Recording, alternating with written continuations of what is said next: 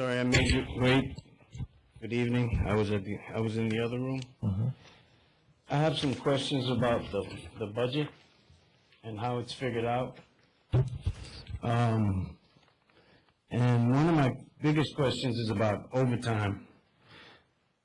Because has anyone done a study about how much money the district saves when there was understaffing? And so benefits didn't have to be paid for full staffers, such as vacations,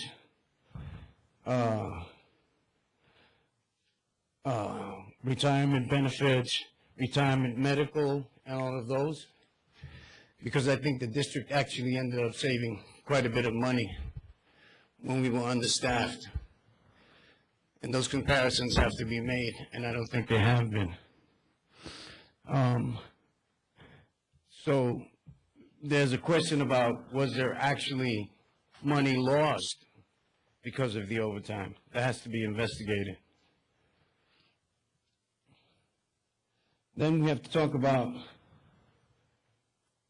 the absences that are also included and that also cause overtime. A lot of it is because the working conditions are very poor. There's poor ventilations, and there's filthy conditions also due to understaffing. We need more people to clean the stations.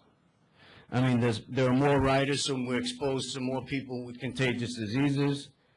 As I mentioned, there are a large number of dogs in the system with their fecal matter. Also, what's not counted is the fact that we have, and it's not measured, how many assaults and battery against agents have taken place and other workers at Bart. Another thing which we fail to take into account is a hostile work environment, which usually occurs during the contract negotiations. Another thing is when you question the amount of time that people take off, especially when they've been traumatized.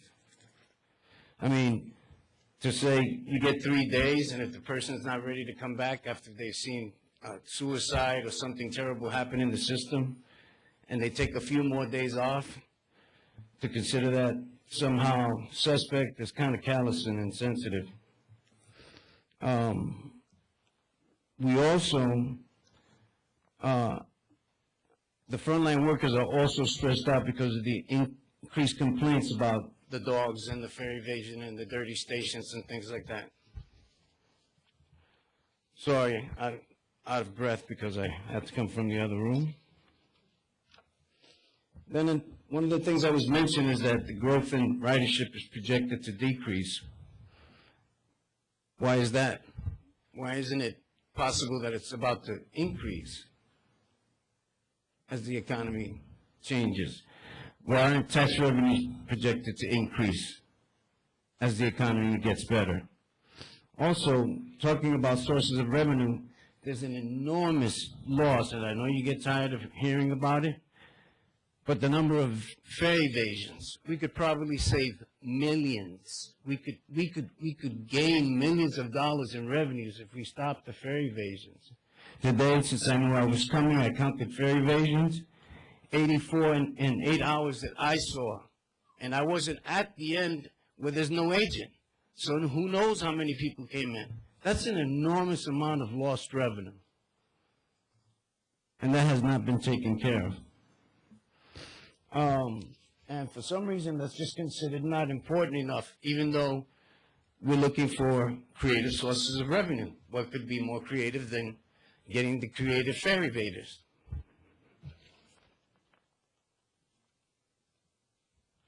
And once again, I have questions about how we measure patron safety. I don't really see anything that describes what that means. You know, it just says 4 incidents in millions of patrons. What is patron safety? And how, I mean, there's just no way of knowing what that really means. It's just, I don't know, can someone explain that to me? Crimes against persons, homicide, rape, robbery, and aggravated assault. Well, the homicides and rape, that's easy to measure. But robbery and aggravated assault, I think, are underreported. There are a lot of people who get their iPhone stolen and other stuff stolen that don't bother to make a report. We ask them to stay and report it to the police, and they say, it's not worth it. So I think, once again, that's underreported. And we have to find out how this is figured out. Talk about train interior cleanliness, goal met. I ride trains every day. I ride them to get to where, not just to get to work, but to get to leisure activities, to visit my family. There has been improvement, definitely, but the trains are still filthy, and I do not think that this is measured correctly. I'd like to know who measured it and how they came up with that number. Mr. Figueroa, you're out of time. Thank you. Thank you.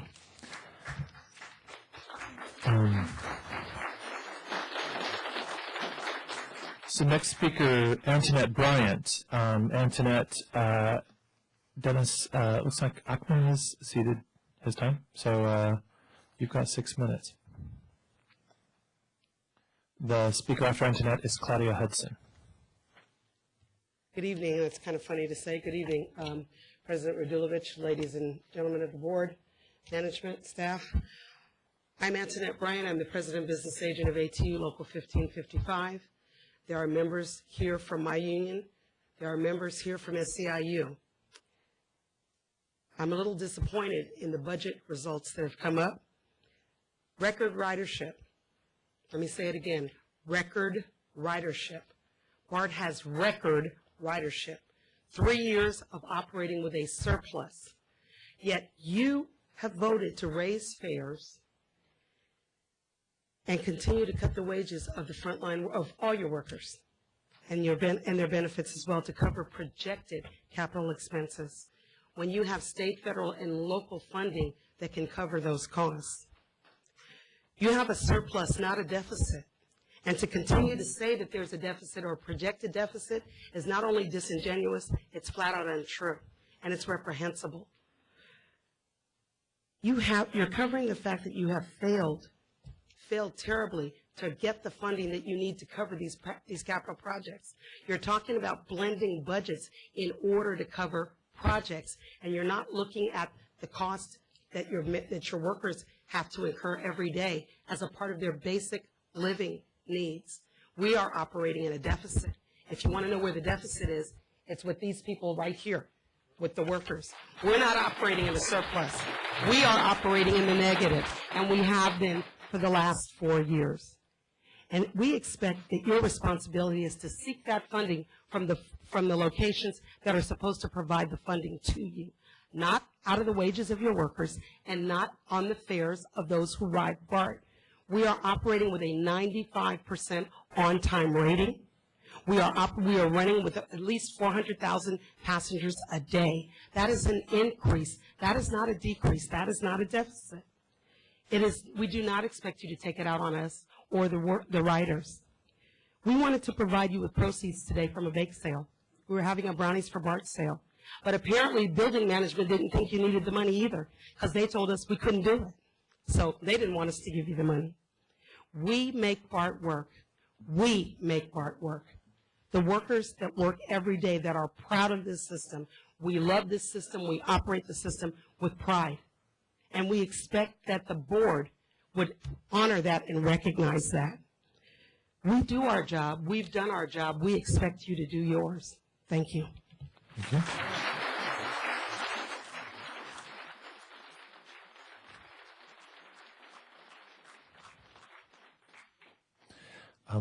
Claudia, welcome. Speaker after Claudia is Chris Finn. Good evening, ladies and gentlemen. If BART is so cash-strapped, why are you spending $1.9 million on outside consultants? That's what I would like to know. Second of all, I heard that you were complaining about a $9 million increase in your workers' comp. If you pay attention and fix workers, that amount of money goes down. But when you ignore injured workers, of course it's going to go up. You have workers that are working on a daily basis, that are working with injuries, and guess what? When they retire, then their quality of life is messed up when you have total control to fix it now. So stop complaining about your workers' comp going up and do something about it. Fixing them, it'll make it go down, and that's a fact. Have a good day. Thank you.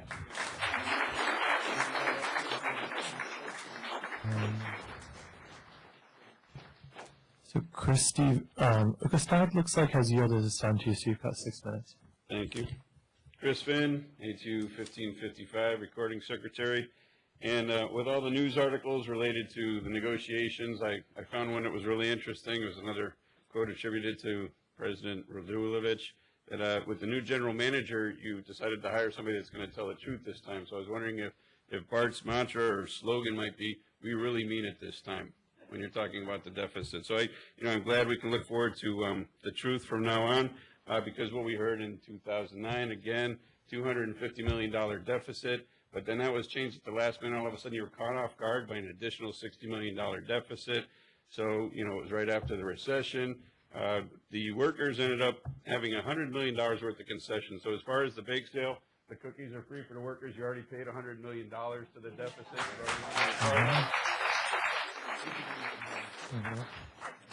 Then we saw over the next few years, there was record surplus. Well, not record surpluses, because that happens every year between contract negotiations. So tens of millions of dollars of surpluses the next few years. There was discussions in 2010. We have so much unexpected revenue, we don't know what to do with it. What should we do? One of the solutions was to give a fair rebate to the passengers. You postponed the fare increase by 6 months in 2010.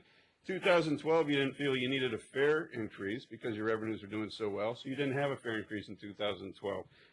There was a cake train going around. I don't know if people know this, but there was a train dedicated specially to delivering cakes around. There were no passengers on it at all, to give little personal cakes to every employee in the district to celebrate the 40th anniversary.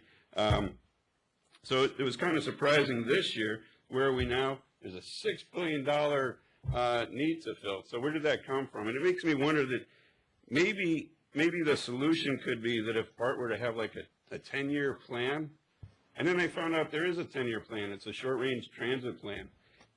So I went to look for it. It hasn't been updated since 2008. Right? 2008, I requested this last summer. I went looking for it in your MTC library. 2008, your 10-year plan has not been updated. If you look at that plan, you'd see, again, like the charts are showing, like Antoinette's mentioning, that the ridership is at record levels. You all know this. The revenue's record levels. So you guys are very well off financially, right? Maybe it's just that you need to either hire a planner or get that person to do their job. We've done our jobs. As Antoinette pointed out, there's a hiring freeze for the last 4 years. You're nodding your head. I saw the reports at the last board meeting that the work errors are down. The work rule errors, the rule violations by the workers are down. The workers are definitely doing their job. Hiring freeze for 4 years. We were carrying record ridership with fewer people. So we were doing our job, right? So somebody over here has to do their job. Some of this erratic planning affects the safety of the frontline employees. This erratic planning up and down, and all of a sudden you doubled increase. Again, when you had a zero increase in 2012, where are we now? 2014, you said, $6 billion hole to fill. We better double up on the fare increase, 5.2% fare increase. With this erratic planning and generating this public hostility against the frontline employees, to answer George Figueroa's question about assaults, I've been asking for this for a year, for the statistics. One statistic I saw recently, 29 assaults against frontline employees in the last 90 days. What are you doing about it? What are you doing about it? What we're seeing, again, is that Bart's position right now is you're pitting the safety of the public. This is your statement anyway. I don't think this is true, but you're saying you're putting the safety of the public against the wages and benefits of the workers, the people who've done the work for the last 4 years. I think that's completely unfair. As a publicly elected body, I think it's your responsibility to do your duties for your constituents. So where are we now? We're in negotiations. We were supposed to exchange proposals April 1st, comprehensive proposals. What did we get? I don't know about SEIU side, on ATU side. We got a pile of papers that was completely out of order. So with the 1-point-something million that they hired for consultants and negotiators, we thought there might be some professionalism here. We got a pile of papers that was completely out of order. Today, we received the 6th version of Bart's proposal. So now we finally know what the hell you're proposing. You know, how are we going to negotiate in the last 6 weeks before this contract expires with what we're dealing with? We're asking for information. The information request has been outstanding for months, but apparently the information is no problem getting towards the media. The editors are calling us up, reporters are calling us up, saying they have all this information that we don't have, that we've been requesting for months.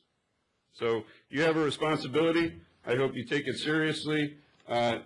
Again, I'm sure it'll be front page news whether or not there's a work stoppage. At the point you're going now, the management, your position, you know, this is about building trust, making sure we come together in 6 months. So I hope you guys do the right thing, take it seriously. Thank you. Thank you.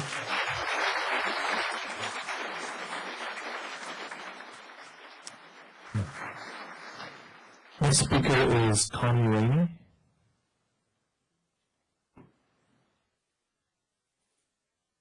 Good meeting, good morning, good evening. Good evening. I get up so early, I'm confused about the time, but I'd like to address all of the board members and our staff here.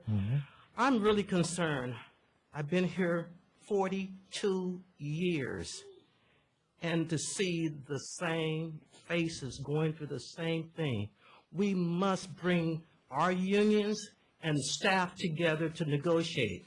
We should not be wasting the taxpayer money. We have staff here to negotiate with the unions to bring an effective contract.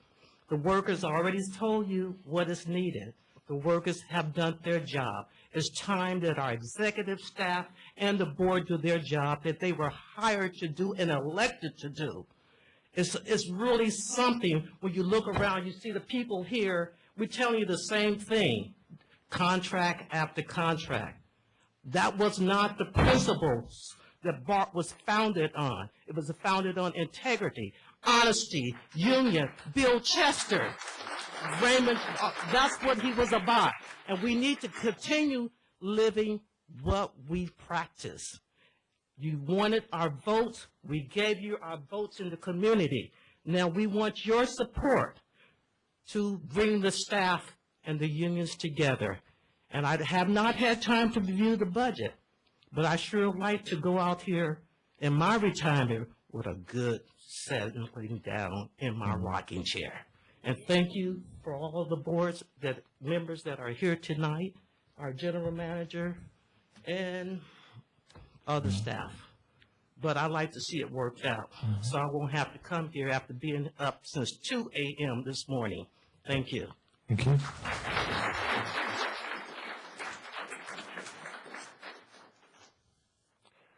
All right, so no other requests to speak. We will now close this public hearing.